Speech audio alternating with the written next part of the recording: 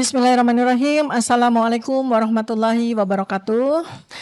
Sahabat-sahabat, saudara-saudara sebangsa dan setanah air, saya Dr. Tifa mewakili RRT Roy Rismond Tifa ini bersama dua penasihat hukum kami yang tergabung dalam Bala RRT Barisan Pembela Roy Rismond dan Tifa. Saya perkenalkan dulu ya sebelum kita nanti akan diskusi terkait dengan bagaimana kita melihat reformasi polisi ya. Pertama adalah penasihat hukum saya Bang Dr. Fadli Nasution SHMH, yang sebelah kiri saya adalah Bang Ramdan Syah Bakir SH, MH, MKM, MPhil, MA, dan sekian banyak gelar master. Ya Allah subhanallah, beliau ini luar biasa, jadi inspirasi saya, jadi pengen ambil doktor yang ketiga, keempat, kelima, dan seterusnya. Gara-gara Bang Ramdan. Ya, jadi sekarang kita diskusi ya. Ini saya mohon dikoreksi. Ini berdasarkan dari pengalaman saya selama kurang lebih 8 bulan ini menjadi salah satu dari rakyat Indonesia yang mengalami kriminalisasi ini kan gitu ya. Mulai dari saya dilaporkan ya saksi pada bulan April 2025 ya oleh beberapa orang warga negara Indonesia juga, salah satu diantaranya Pak Joko Widodo sendiri, kemudian naik jadi terlapor, dan terakhir 7 November 2025 naik lagi jadi tersangka. Ini beliau berdua ini yang mendampingi saya bersama dengan penasihat hukum yang lain. Nah, dari situlah belajar ya. Saya tuh belajar terkait ini, terutama hari ini adalah bagaimana sikap dan perilaku dari kepolisian. Ini saya bicara bukan institusi ya, tapi katakanlah individu per individu yang kebetulan saya dengarkan videonya, saya simak narasinya, saya berinteraksi juga dengan mereka gitu. Jadi ini saya kembali bicara bukan institusi kepolisian, tetapi polisi sebagai individu-individu dalam kesempatan yang terbatas adalah subjek-subjek yang saya temui, saya dengarkan, ya saya perhatikan dan sebagainya. Jadi selama 8 bulan ini saya lihat mulai dari munculnya satu faksi aja, satu faksi kepolisian gitu ya, satu faksi yang menyatakan bahwa kami ini melanggar pidana. Karena itu maka laporan polisinya jadi maju, jadi naik ya. Kalau kami dianggap laporan polisi itu tidak sah gitu ya tentu saja kan kasus itu tidak naik kan selama 8 bulan sampai kami jadi tersangka. Tapi terlihat bahwa polisi sepakat bahwa laporan polisi dari Pak Joko Widodo maupun dari 4 termul ya itu layak untuk, nah artinya kan di situ. Tapi kemudian along the way gitu ya, selama 8 bulan kami berkali-kali maju ke pemeriksaan, kemudian kami bertiga, Roy Rismond, saya, Dr. Tifa juga jadi ahli dalam gelar perkara khusus. Kemudian kemarin kami dihadirkan lagi kali ini dalam gelar perkara khusus yang kedua 15 Desember 2025 sebagai tersangka gitu ya. Itu tuh menjadikan naluri saya sebagai peneliti melihat bahwa dari satu faksi di bulan April 2025, 8 bulan kemudian jadi muncul 3 faksi nih gitu ya. Ya ini saya merangkum ini juga dari banyak kajian, banyak pendapat dari para ahli, para tokoh juga ya. Nah secara mudah gitu ya, secara mudah itu saya sebut aja faksi pertama nih oknum polisi termul gitu ya, yang kiblatnya masih kepada Raja Solo ya kan, Raja Jawa kata Bapak ini, Raja Jawa yang masih terlilit, terperangkap dengan masa lalu, dengan apalah gitu ya. Dan sehingga loyalitas personalnya itu lebih tinggi daripada loyalitas terhadap konstitusi. Kemudian ketakutannya lebih dominan daripada hal-hal yang bersifat penegakan hukum gitu kan. Ya contohnya seperti kami, udah jelas dari sejak awal kami katakan, penasihat hukum katakan bahwa ini tuh nggak layak untuk maju. Laporan polisi ini nggak layak, nggak ada unsur-unsur yang membuat kami bisa terpidana, tapi nyatanya itu. Nah, barangkali disitulah sebenarnya saya membuat sebuah hipotesis bahwa ada memang kelompok polisi termul gitu. Nah, ini juga diperkuat, diamplifikasi juga dengan para tokoh-tokoh yang lain, nih kan, seperti itu. Jadi perintah-perintah yang diberikan oleh Raja Jawa ini adalah sebuah perintah informal karena faktual kan dia sudah tidak menjadi presiden, itu dianggap lebih sakral daripada prosedur-prosedur resmi. Sehingga kemudian ya inilah ya yang saya sebut kategori pertama. Kemudian ini bahaya nih kalau enggak kemudian qadarullah ya muncul faksi yang kedua ya, yang mana ini kemudian juga diformalisasi dengan adanya reformasi ya terhadap kepolisian sendiri. Nah, artinya memang kepolisian sendiri, pemerintah juga itu melihat bahwa gejala-gejala termulalisasi polisi ini bahaya gitu kalau nggak segera dilakukan reformasi gitu.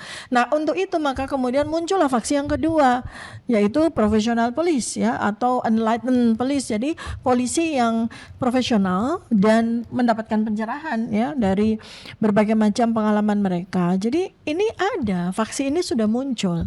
Ya, faksi ini sudah muncul dan diam-diam mereka tuh bergerak juga di dalam kasus ijazah Joko Widodo yang kita menjadi tersangkanya ini ya.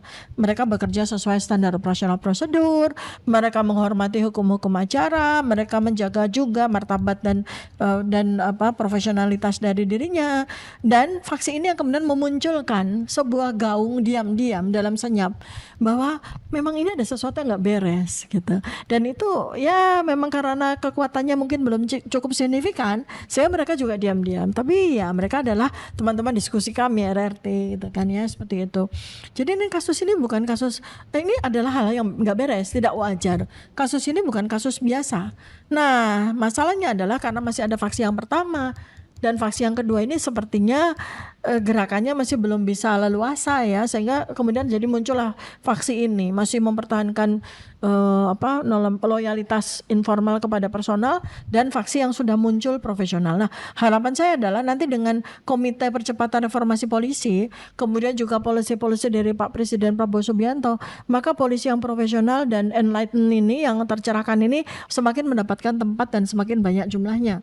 Dan itulah yang kita harapkan mereka nanti akan menjadi garda terdepan dari reformasi polisi secara keseluruhan. Demikian juga dengan akhirnya mereka juga memberikan saran-saran, rekomendasi maupun kajian kepada Kepolisian Republik Indonesia terhadap kasus ini. Ya, kalau dikaji dengan scientific base, dikaji dengan analisis yang logis ya, berbasis hukum, berbasis keadilan, mereka akan tahu kok. Ya, polisi profesional dan tercerahkan ini akan tahu kok bahwa kasus ini nggak layak untuk diteruskan gitu. Nah, lalu faksi yang ketiga, nah ini yang problem ini, yaitu faksi polisi yang angin-anginan. Atau mengikuti arus angin ya sebenarnya sih wajar-wajar aja ya. Jadi kan mereka juga punya keluarga, punya karir dan sebagainya. Jadi dulunya mungkin masih polisi termul, tapi bersama dengan waktu udah 1 tahun lebih pemerintah Presiden Prabowo, mereka juga lihat bahwa loyalitas personalnya harus mulai dikikis, berganti kepada loyalitas kepada pemerintah yang baru. Nah ini tapi mereka masih angin-anginan, masih melihat mana yang paling enak buat saya ikutin nih gitu ya. Nah ini sekali lagi ini adalah pandangan personal terhadap analisis terhadap perilaku personal, bukan perilaku polisi. Jadi, nah mereka ini sayangnya ya yang pihak faksi kedua ini yang seharusnya memang rakyat Indonesia tuh tahu. Jadi jangan sampai polisi itu bahasa Jawanya itu apa bahasa Indonesia ya, digebyah uyah, digener bahasa Bataknya disamaratakan bahwa seakan-akan semua polisi itu termul, semua polisi itu kiblatnya ke geng Solo atau ke Raja Jawa. Bukan.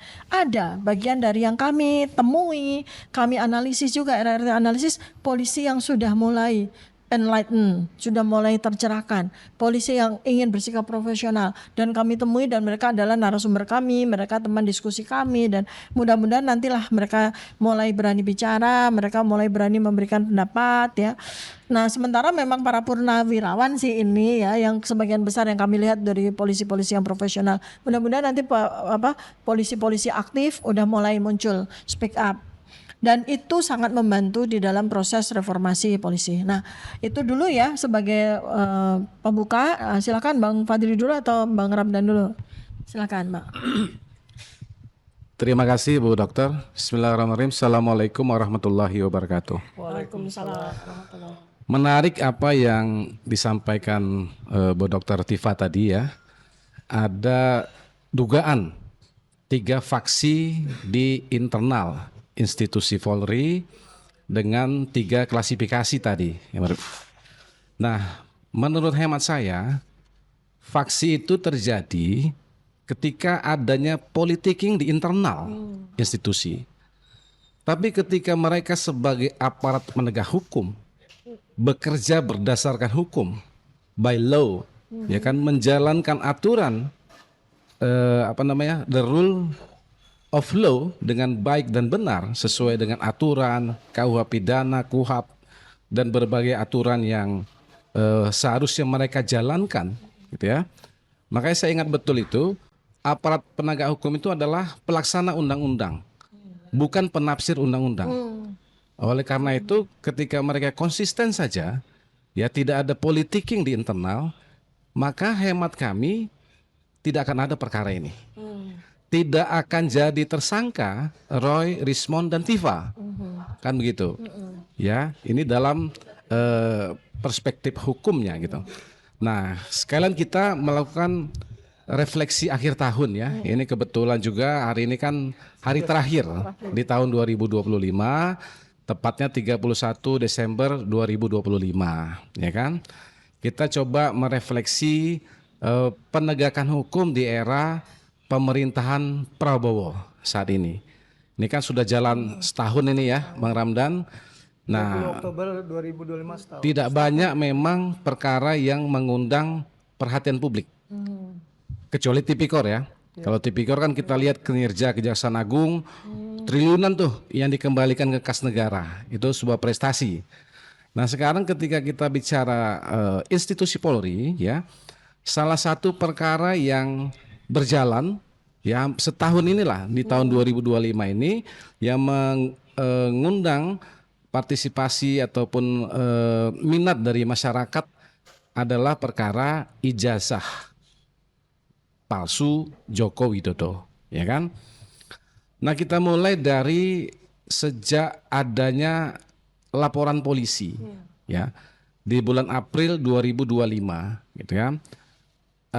Pak Jokowi, kemudian ada juga beberapa orang lain ya seperti Lecumanan, Andi Kurniawan dan Maret Samuel ya. Tiba-tiba membuat laporan polisi. Melaporkan 8 orang. Ya kan? Di bulan April itu kemudian berproses di Polda Metro itu dan masih di bulan April itu juga ada cuitan dari Sandi ya, Dian Sandi yang memposting menurut dia ini ijazah asli Pak Jokowi, ya kan? Kemudian ada lagi expose di Barreskrim Polri yang menyatakan ini ada ijazah yang asli menurut laboratorium forensik Barreskrim Polri, ini ijazah ini adalah asli. Ya kan? Kemudian setelah itu November ya 7 November ditetapkan sebagai tersangka, ya kan? Baru kemudian di tanggal 13 November diperiksa sebagai tersangka dan 15 Desember ada gelar perkara khusus. Nah, ini proses yang terjadi ya, yang berjalan selama tahun 2025 ini. Nah, kemudian bagaimana masyarakat menanggapinya? Ya, terjadi pro dan kontra, ya kan? Karena memang akhirnya banyak versi. Ya, yang pertama itu versi yang dicuitkan pertama oleh Dian Sandi, kemudian versi yang ditampilkan di layar oleh Barreskrim Polri, kemudian yang muncul dalam persidangan di Komisi Informasi Publik. Ada versi KPU Surakarta, versi KPU DKI Jakarta, dan versi KPU RI. Kan begitu. Iya kan? Nah, terakhir versi di gelar perkara. Yang sama-sama kami waktu itu ada Pak Roy Suryo, Pak Rismond Sianipar, dan Bu Dr. Tifa, berikut penasihat hukumnya, menyaksikan sama-sama ada selembar kertas di dalam plastik yang bertuliskan ijazah. Yang kurang lebih mirip ya dengan yang di kelima yang lain ya, yang termasuk yang dicuitkan oleh Dian Sandi. Nah, karena ini giat yang terakhir yang dilaksanakan oleh Polda Metro gitu ya, maka kita review sedikit proses gelar perkara saat itu. Nah, Roy Suryo, Rismond, dan Dr. Tifa diberikan kesempatan ya menyampaikan kenapa sih bilang ini palsu, ya kan? Nah, disampaikanlah nih oleh Roy Suryo secara semangat berapi-api, lengkap dengan presentasinya berdasarkan keilmuan dia, yaitu telematika, ya kan? Nah, disampaikan, dipaparkan secara jelas di hadapan para penyidik. Ada dari Irwasum, Wasidik, kemudian Propam, ya, semuanya lengkap dengan ada juga Direktur Krimum, ya, Polda Metro. Giliran kedua itu Bang Rismon, ya, Bang Rismon kedua, ya. Nah, itu juga, itu dia dikasih kesempatan buka laptopnya, ditampilkan di layar dengan berbagai tools yang dia miliki, berdasarkan digital forensiknya, dia menganalisis bukan hanya ijazah, tapi juga lembar disposisi persetujuan skripsi, kemudian lembar pengajuan SKS, kemudian lembar pengajuan bukan lembar nilai, apa itu namanya? Transkrip nilai. Ya kan, transkrip nilai semua dia ulas. Ya kan? Dengan keilmuannya di digital forensik, dengan tools alat yang dia punya, gitu kan? Dengan itulah dia berkeyakinan bahwa ijazah yang muncul di publik itu 99,9% palsu. Kan begitu, ya kan? Nah, kemudian Bu Dr. Tifa menyampaikan paparannya berdasarkan pendekatan neuroscience atau neuropolitika. Bagaimana perilaku manusia dikaitkan dengan otak, cara berpikir, ya kan? Kemudian perilaku hari-harinya lah, ya, dilihat dari keilmuan neuroscience tadi. Nah, paparan ketiga orang ini itu diperkuat oleh ahli. Yang pertama Profesor Tono Saksono, yang kedua Dr. Ridho Rahmadi, gitu. Kalau Prof Tono bilang penelitian Rismon ini berkapasitas berkaliber luar negeri, dia bilang kelas dunia, dia bilangnya ini studi kelas dunia. Seharusnya kita berbangga dengan apa yang dilakukan RRT ini, ya kan? Masih ada sekelompok orang yang melakukan sesuatu itu berbasis keilmuan, gitu, dengan literasi yang kuat, ya kan? Nah, kemudian disampaikan oleh Ridho Rahmadi, Pak Dr. Ridho Rahmadi juga memperkuat itu semua. Beliau sampaikan bahwa kalau misalnya gini, ada orang, saya ingat betul itu, kamu kuliah di Jerman ya, ternyata Amerika, tapi demi gengsi dia bilang, oh ya saya kuliah di Jerman. Kemudian pertanyaan berikutnya, kamu pernah nggak ke kafe itu? Dia akan gelagapan karena memang tidak pernah kuliah di Jerman, gitu. Nah, ketika ada reuni teman-temannya, kemudian dipakaikan nemtek, berarti kan secara berpikirnya dia nggak tahu nih siapa sih teman-teman kuliah lamanya 40 tahunan silam. Kalau kita, ya, dengan daya ingat tuh kan memunculkan memori, memunculkan kenangan. Jangan-jangan mantan kita, kira-kira kan begitu. Kalau kita benar-benar kuliah kan, masa kita lupa dengan mantan kita, ya kan? Masa kita lupa ketika kita pernah nongkrong, kalau kita di kampus USU itu ada namanya gang apa gitu ya, gang setan atau apa itu, kira-kira begitu.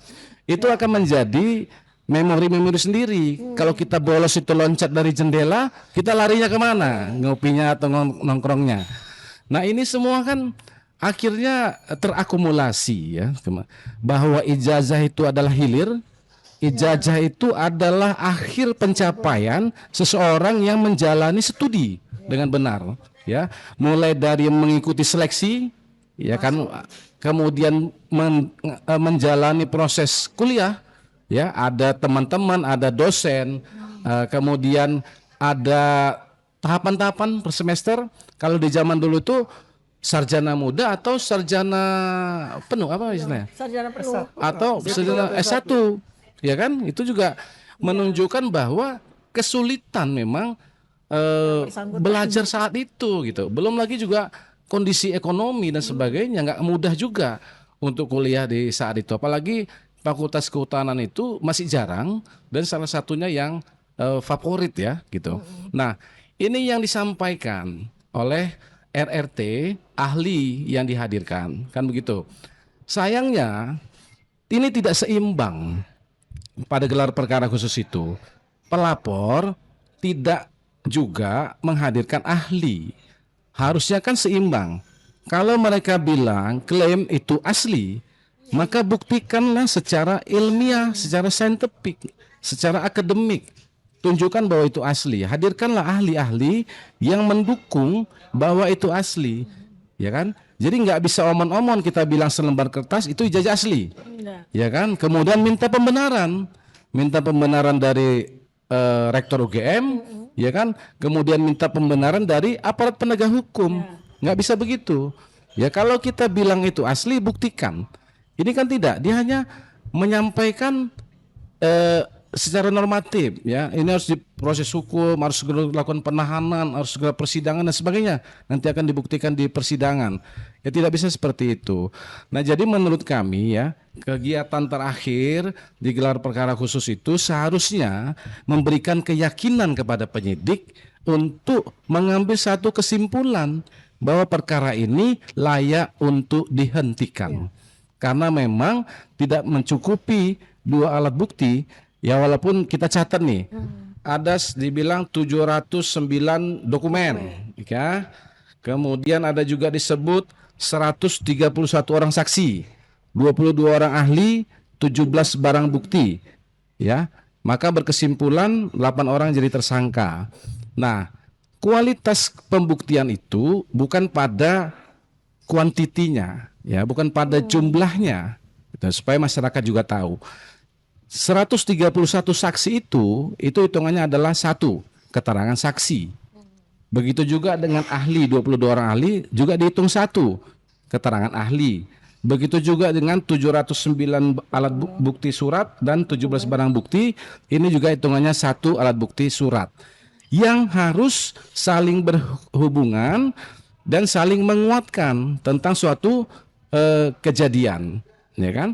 Nah ini yang sebenarnya mau setelah ini nanti ya tim RRT akan melakukan investigasi ya, investigasi terhadap mana sih barang-barang bukti yang katanya mendukung ijazah ini, yang kita minta dari hulu ke hilir supaya diungkap, kan begitu?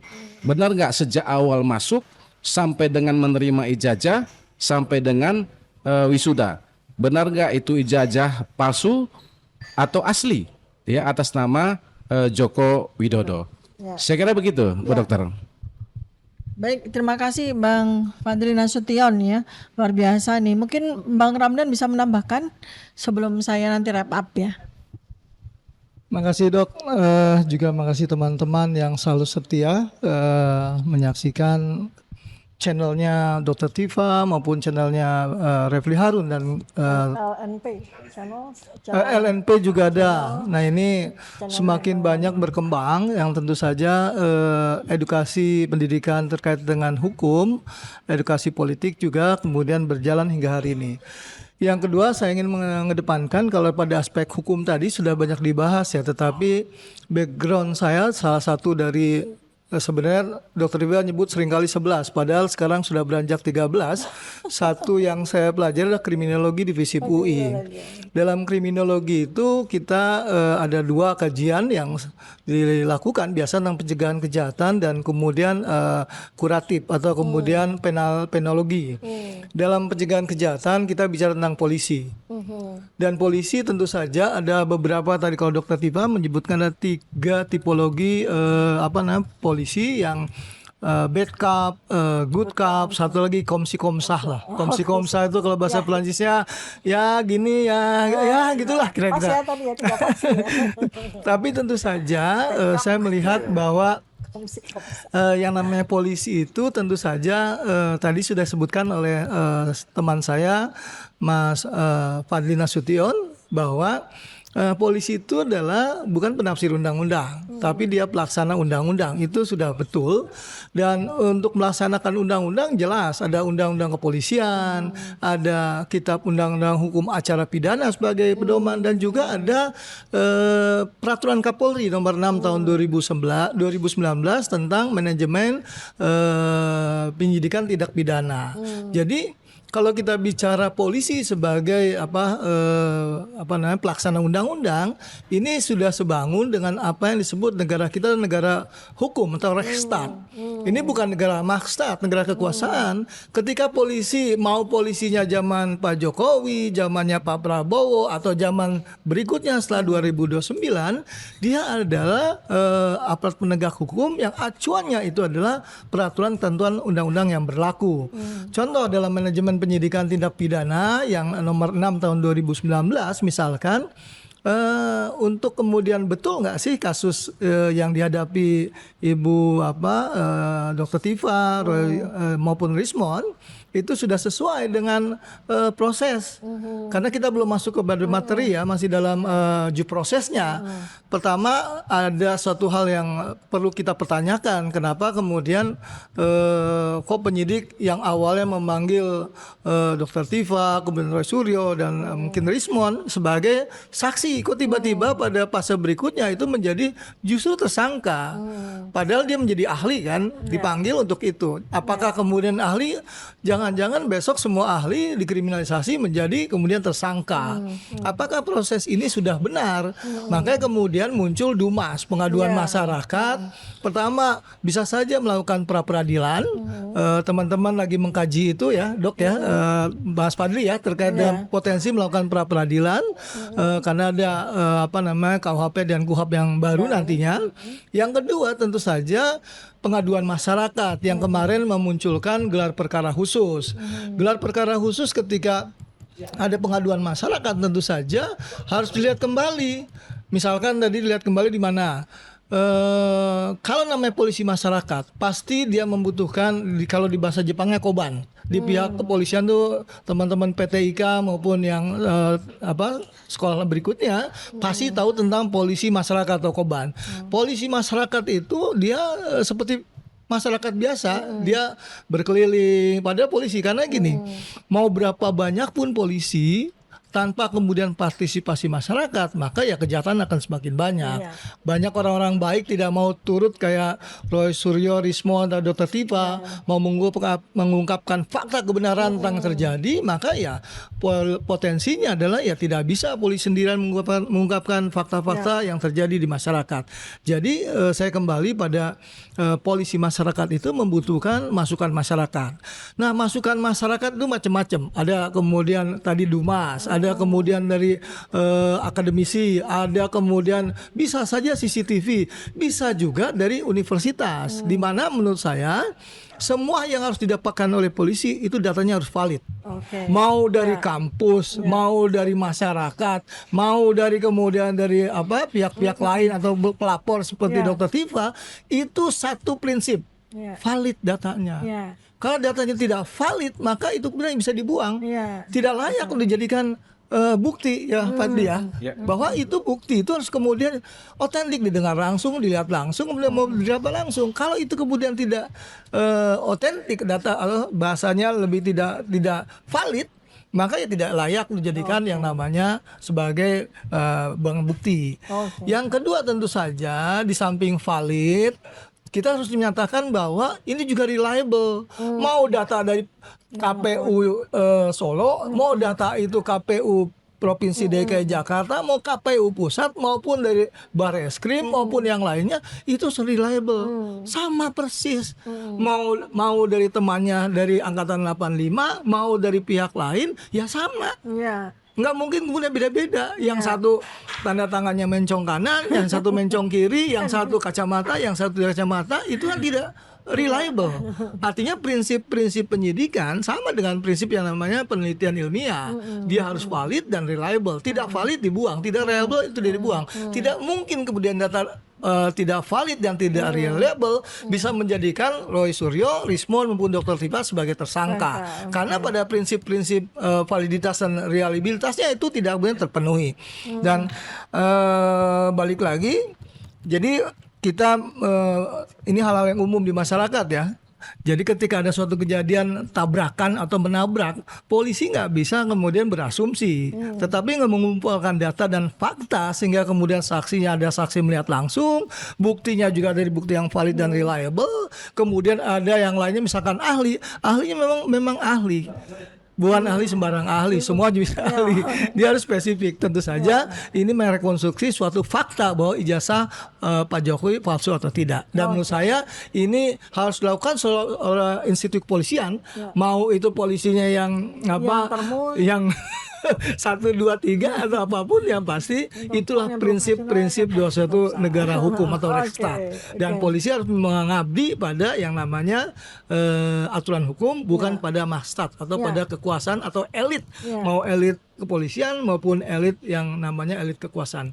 Demikian Dok, mudah-mudahan memberikan gambaran pencerahan terkait dengan bad cop, good cop maupun komsi-komsa polis. Terima kasih. Ya, terima kasih Bang. Inilah kalau penasihat hukum saya ini sarjana hukum dengan 13 gelar master.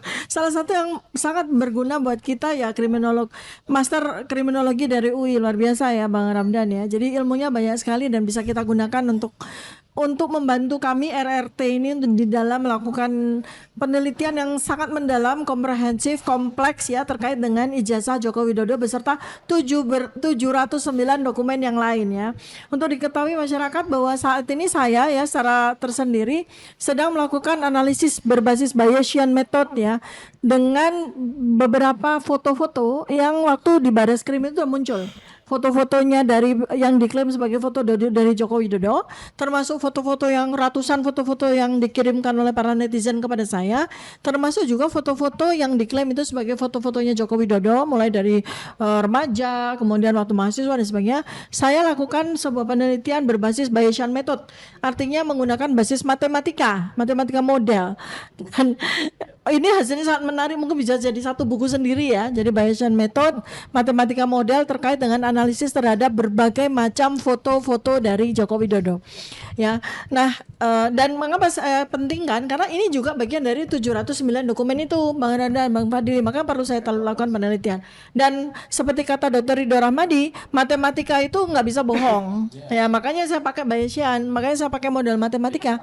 Iya, angka tuh nggak bisa bohong gitu kan. Jadi angka itu nggak bisa bohong, kecuali apabila mau dilakukan rekayasa, dan nggak bisa karena yang namanya teknologi masa kini itu adalah teknologi yang mengedepankan kebenaran dan kejujuran. Jadi kayak Lisanya UGM aja, dia jujur, nggak bisa direkayasa. Dia katakan bahwa Jokowi ini sebagai alumni, artinya orang yang pernah kuliah tapi nggak lulus kan gitu. Makanya Lisa sekarang dipecat.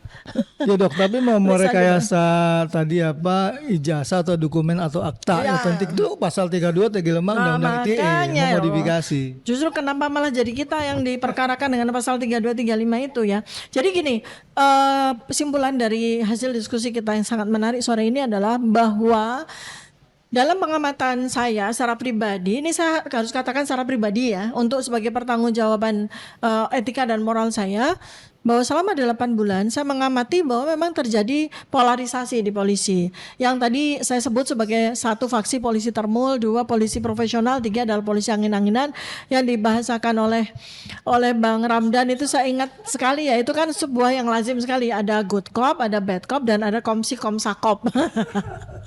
Yaitu polisi termul itu bad cop karena tidak berafiliasi kepada institusi tapi loyalitas kepada personal, which is harus diingatkan ya Bang, bahwa yang namanya kekuasaan itu akan selalu berganti, penguasa akan selalu berganti. Jadi mohon agar ini polisi termul ini juga segera menyadari kalau enggak akan terjadi terminasi kan ya. Nah, sebaiknya memang polisi itu kepada good cop, kepada profesional cop, profesional polis ya, supaya kita benar-benar tidak lagi menjadi masyarakat yang terombang-ambing di dalam hukum ya.